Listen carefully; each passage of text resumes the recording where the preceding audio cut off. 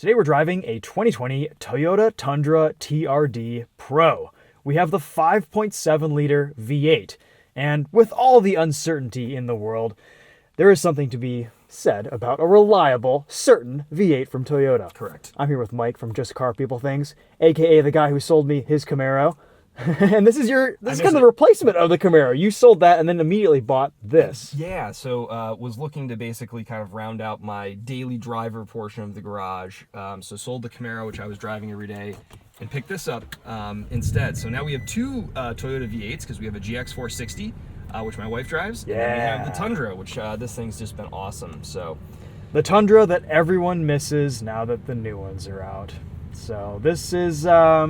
it's a beast. This is kind of a unique spec, or a rare spec. You don't see this very often. Yeah. It's the double cab. The double cab, Yep. not the crew cab. Crew Max, yeah. So there's a double cab, which is a shorter, basically cabin, longer bed. So this is a 6.5 foot bed. The Crew Max, same exact format, same footprint, 5.5 foot bed. 9 more inches of rear legroom, so significantly bigger internally. Yeah. But you give up a whole foot of bed to do so. So let's go take a look. There are fewer double cabs than there are Crew Maxes. All right, I haven't seen a lot of these. So 381 horsepower, 401 pound-feet of torque. Oh yeah, that is a nice long bed. And you use this for truck things. Yeah, I hauled a shed home last week. A whole shed. A whole shed. What year was your old Tundra? Because you picked that up off the side of the road one day. Actually picked up the side of the road right down here. Yeah. Yeah, that was a 2004, and it had Okay. a head capper on it, and it was just such a great truck, but the frame was starting to turn back into the earth it came from. And you bought this from Georgia, so it's completely clean underneath. Yeah. It's actually probably cleaner underneath than it is It's a crazy above. story. It was a weird moment. When I bought it from the guy, he had been in a really bad crash in a 2020 TRD Pro Tundra Crew Max. Oh. And he looked at the car, the airbags deployed. He said, "Oh, this thing's totaled. I got to go buy another one." So he went to Georgia, Toyota certified, and bought the exact same truck, except this one's a double cab. Yeah. Insurance company calls him 2 weeks later and says, "Hey, buddy, your car's not totaled. You get to keep it. You get to keep it." So they ended up repairing it. So he had this car for like 4 weeks and then sold it, after buying it all the way from Georgia because he was getting his back. Wow. So 22,000 miles. yeah, I bought it with 16. I put about 5,000 miles on it so far. What are these going for these days? Something with 22,000 miles, probably in the mid-40s. Okay. Maybe more if it's at a dealer. Maybe less if it's got some history. So this is the Crew Max spec. That seat's almost all the way back. Yeah. Yeah, this is my driving position / Mike's driving position. You're about 6 foot. I'm 5'10". Yeah, I mean, it works. Unless if you're like hauling family around. Depends what your priorities are. Yep. And this was one of the aftermarket items they snagged, is the under seat storage. Oh, nice. Okay. So that's an option you'll see on some of these. But yeah, definitely. It's funny. This is a 2020. It's a little older school. It still has a cigarette lighter outlet in the back seat, right? So definitely some hints to the fact that this body style has not changed, really fundamentally since 2007. They just kept adding random USB ports to these over the years. That's it. The car doesn't have park assist, but it has radar cruise control. Yeah. Very odd. It comes with a reverse camera. You added a forward-facing camera. Yeah, right here, there. Right here. Yep. So here's the 5.7 V8. What kind of fuel economy are you getting on this? 15. All right. It'll do that whether it's towing a house up a mountain or whether it's driving around town. Cool. And you know what's funny? My old Tundra in 2004, 14.5 miles a gallon, no matter what. Yeah. It's 14 to 15. That's just the way it is. It's just the way it is. The last one I drove of these was supercharged. Yeah. That was a good time. Yeah, that's a cool option. That actually was a factory option. Yeah. So, It was Charlie from Daily Motors' dad's truck. It checks out. Yeah, I had a few more miles on it, but it was sweet.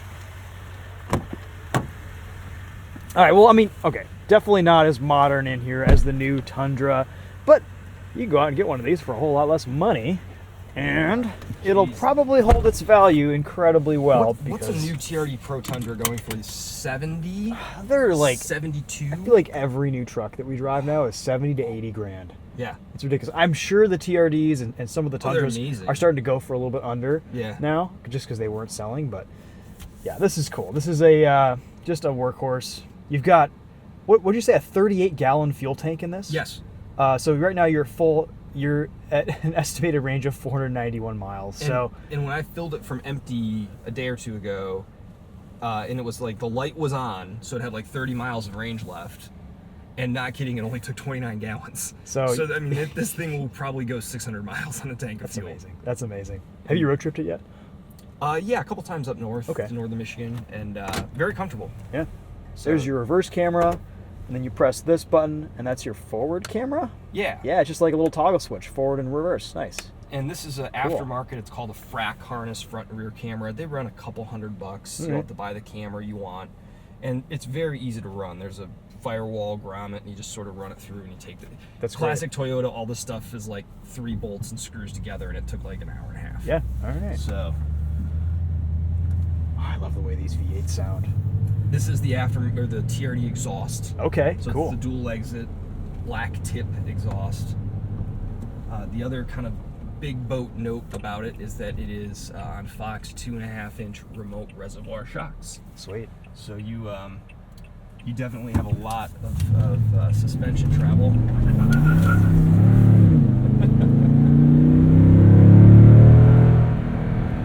4.3 rear diff. It's got some hustle. Yeah. Actually, as a chuckle, this is as fast as my S2000. That sounds about right. Yeah, the 0 to 60 I think is within like a tenth of a second of the S2000. So for something that weighs, I want to say it's 6,300 pounds or something like that. It's a beast. 3 tons. Yeah, it is. It's pretty quick for its size. So yeah, the torque is awesome. The exhaust sounds great. It's just enough. Yeah. Yeah, I was initially a little worried because I was worried about it droning on the highway, but just right. Well, because the 4Runner's TRD exhaust drones like crazy. Really? The FJ is amazing. It's perfect. The 4Runner sounds terrible, in my opinion. Is this just because like they're like 4 inches different in length? Who knows? I don't know. But we've had a ton of like 4Runner TRD Pros or whatever with the TRD optional exhaust, and it just sounds terrible. It's so drony, so loud. And then my dad has the same exhaust on his FJ, and there must be a difference in something. Maybe materials, suppliers, whatever. And it sounds great. But this is perfect. No, we've been very happy with it so far. It's comfortable, easy to drive, all that good stuff.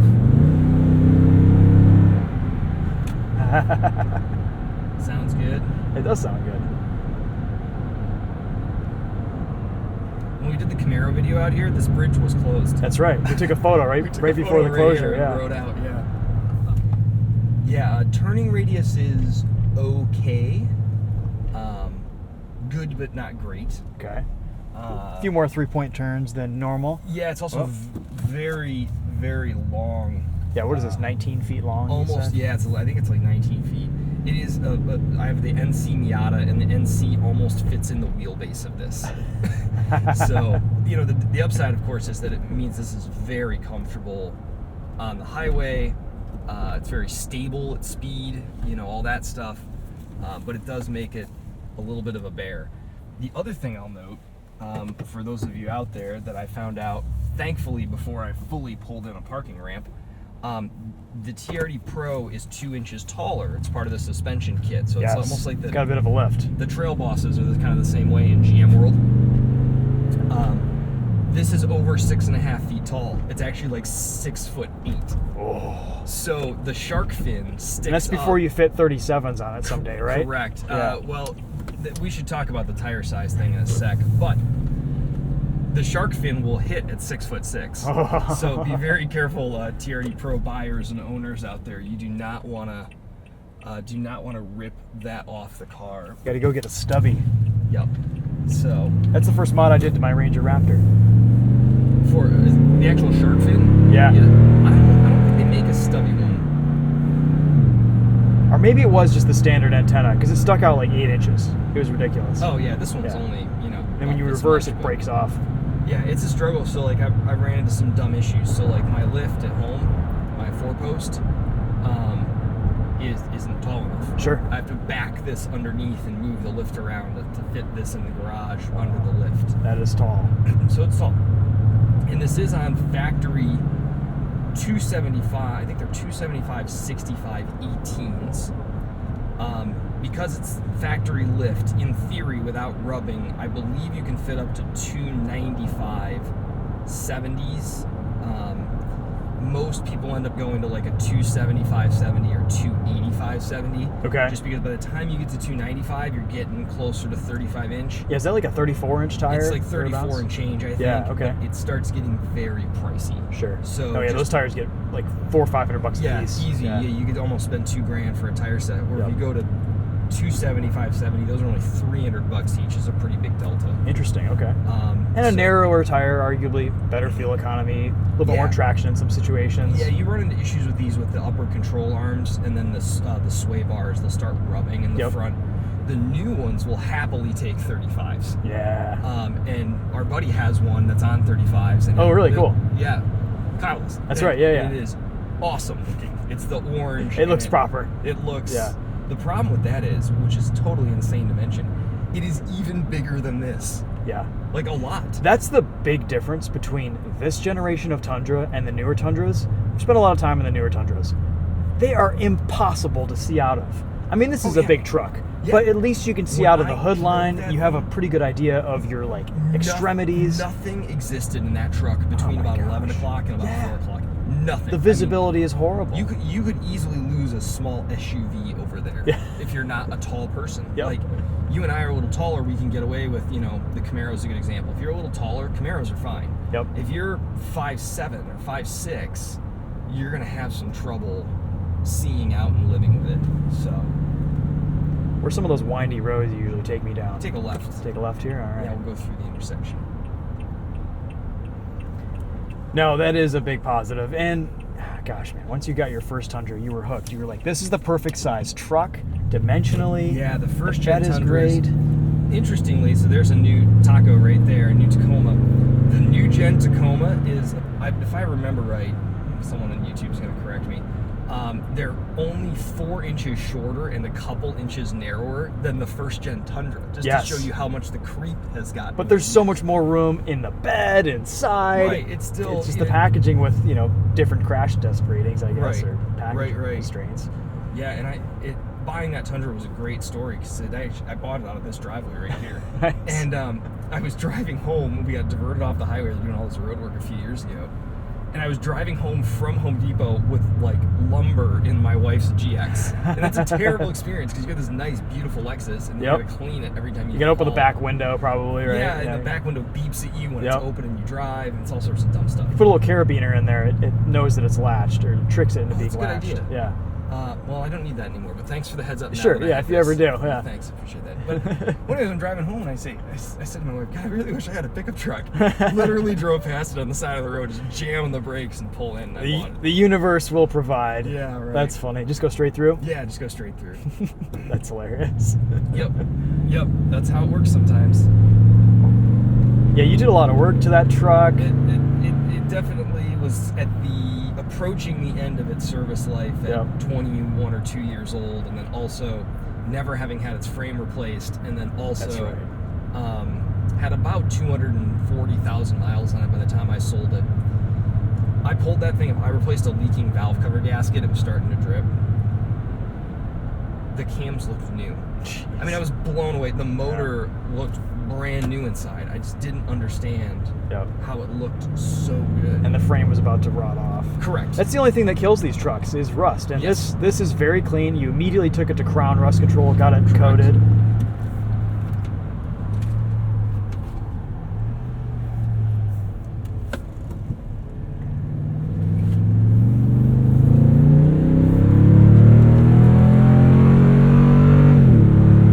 That's a good sound. Feels like we're swallowing the Titanic. Yeah. But honestly, body control, pretty good for a vehicle this size. Oh, it's fine. Yeah, these Fox shocks are awesome. It's got this on-road and off-road. They perform. Yeah. Having road tripped it, I will say the only thing you got about 17 on the highway, being relatively responsible. That's pretty good. Which is pretty good. Yeah. And it takes regular, not premium. Great. Which is another nice perk. Yep. I find the seats to be a little hard. Are they okay? Like, they're not uncomfortable. They both have lumbar, all that good stuff, but they're not. You used to like the GX, which is the Lexus, and that's like driving a pillow. Those seats are amazing. Those are some of the best seats in a car I've ever owned. Yeah, for sure. Now, for something that is built as a pickup truck for some guy that works and is jumping in and out of the car all the time and has, got his buddies in it that are all construction workers, I'm sure they're perfectly fine. Yeah. But you and I are skinny, and I feel like I'm not getting my full. It's true. Yeah, we don't have any bolstering. There's like zero lateral support here. But that's how the last one was. Sure, that's okay. My other one had a bench seat. I kind of missed the bench seat. Oh, that's cool. Yeah, no more. Just got a big old center console. My wife never understood it, and I was like, oh, well, we'll take the dog. And the dog was sitting in between us. And I was like, this is why every country song is about a pickup truck. That's right. It's like, got the twanging, and you get to put your arm around your dog, and, Yep. Oh, man. All right, well, cool. I'm glad you've been enjoying this. I'm glad you got it. It is kind of, at this point, modern classic, I guess. I don't know. Toyota's coming out with a lot of new stuff that people aren't really connecting with as much, and part of it is their powertrain choices, the engines that they have to be putting in these vehicles with emissions and constraints and new standards, etc. But the fact that some of their older stuff was just so bulletproof reliable, and they haven't had the best track record with the new V6s, the turbocharged V6s. Twin turbo V6s. Yeah, they just did a whole recall on the new ones. They're They're replacing- recalling 100,000 vehicles or something. Yeah, they're replacing every motor in 2022 Tundras. So, I mean, these 5.7s had their share of issues as well, but they were addressed pretty early on. And yeah, the only thing I've heard you can kind of keep an eye out for is like coolant, like valley plate leaks and stuff like that, like manifold area leaks, and that stuff tends to be pretty apparent early in a vehicle's life. But no, I can't talk anyone out of it. If you can live with the size and it will fit in your garage, that's really something to think about. Mm-hmm. And also live without some of the modern conveniences. So a really good example of this doesn't have park assist. It also doesn't have blind spot. But it has wired CarPlay. Right. And I would argue, what do you have heated seats? That's it. No ventilated heated seats. Seats, no ventilated. Heated steering wheel. No heated steering wheel. Okay. So the new one has all that stuff. Yeah, that's right. So if you want to move, and the new one's sunroof is massive. If you want to pay another $40,000 or $30,000. Yep. You can have all those. You can have a heated steering wheel. Yeah. So that's good. Yeah, you want to do a walk around? Let's do one more walk around, man. This was fun.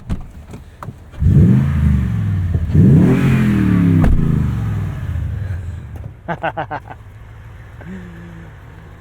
don't know what it is about a V8. Oh, it's just so good. It's the right number of cylinders. That's the sound you want under your right foot for a daily in a truck like this. It is. Yeah. A lot of folks remove the side steps.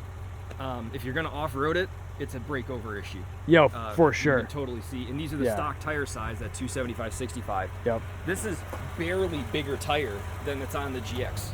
GX. Yeah, for just such a big vehicle, big heavy vehicle. I'm surprised it's funny, Toyotas, they always look a little under-tired, which is just strange. They got these big bodies and tiny little tires. It skipped leg day. It skipped leg day, exactly.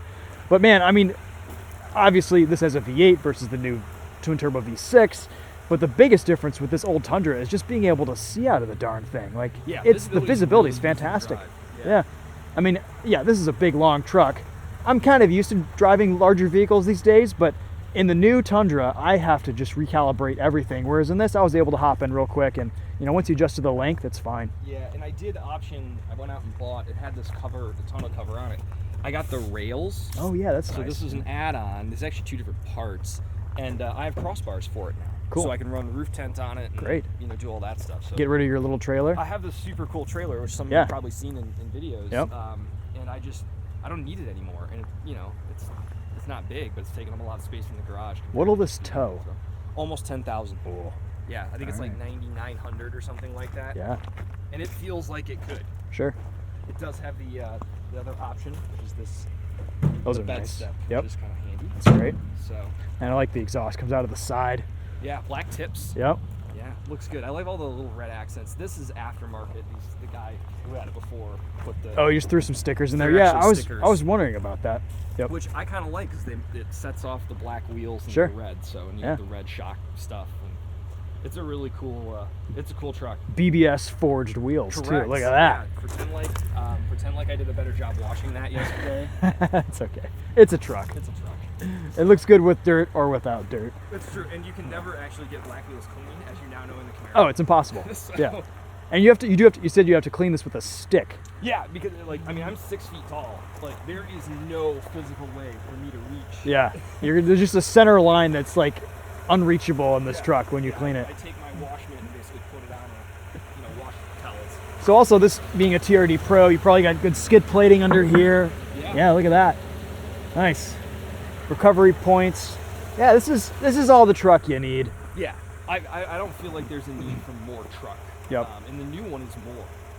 And when I stand next to the new one, the hood's actually even taller. Oh my gosh, It's really like and that one's got cameras and it's got all this other sensor, and really they're trying to use the sensors to make up for it. But I just don't.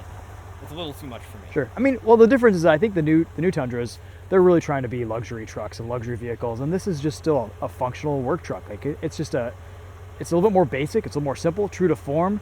It's got the V8. I like it. Cheers. Yeah. Cool. All right, we'll end on that note. Go check out Mike's channel at Just Car People Things. Yeah. You filmed a couple videos on this, right? Yeah, I've got a long one. I'll even give you a link to where I did like a full build out of the detail and kind of fixing it up. And Sweet. The paint was a little rough. It's from Georgia originally, and so Yeah. suffered in the sun down there a little bit. The trade-off was it looks brand new underneath. It looks great. So, yeah. Yeah, it took probably a solid 2 or 3 days. And one thing to note about this, you mentioned not being able to reach stuff. It takes a week to polish this thing. I mean, it's so big. Like you polish it so out much in math. 10 minutes. And this is it took 4 hours to polish. So anyway, but thank you. No, I'm glad you got the chance to drive it. No, it's been fun. All right, take me home. We'll ride passenger here for a sec. Yeah, on road, I mean, these steps are actually really nice. They're in exactly the right place, but you get hung up pretty quickly going off-road. But I don't know, you're not going to be off-roading this through trails and stuff. The wheelbase is so long, your breakover angle is almost nil. This is in the suspension setup is really designed for kind of the higher speed rutting. Yes, that's right. Yep. So just to get through all that stuff. One random complaint I had, if you were to ask what are my kind of nitpicks about this thing, what are the things that I don't like? There's no grab handle to get in on the passenger side. Yeah, why is that? I don't know. Does your GX have one? Yeah. Yeah. Why? What's the discrepancy there among Toyota products that some have a grab handle for the driver and others don't? I don't get it. Yeah. It's weird. That's a complaint, Yeah. a silly complaint I have, and it's not a big deal for me because I'm a little taller, but for my wife, Sure. doesn't like it. Yeah. What else to tell you that I don't really like about it? That's pretty much it. Okay. It's a little quirky in terms of just the fact that it's got some tech things but doesn't have some tech things. I find that a little weird.